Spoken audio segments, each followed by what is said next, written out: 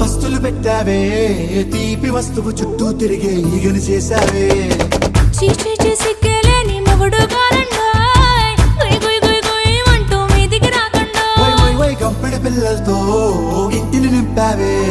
సాపాదిండు సంసారాన్ని మేడెక్కించావే ఇరుగు పొరుగు ముందు సరసాలు తండ్రి పడుకోరే కుక్కలాగా మీ వాళ్ళు ఏం చేస్తాం ఎక్కేస్తాం ఇట్టాగే డాబాలు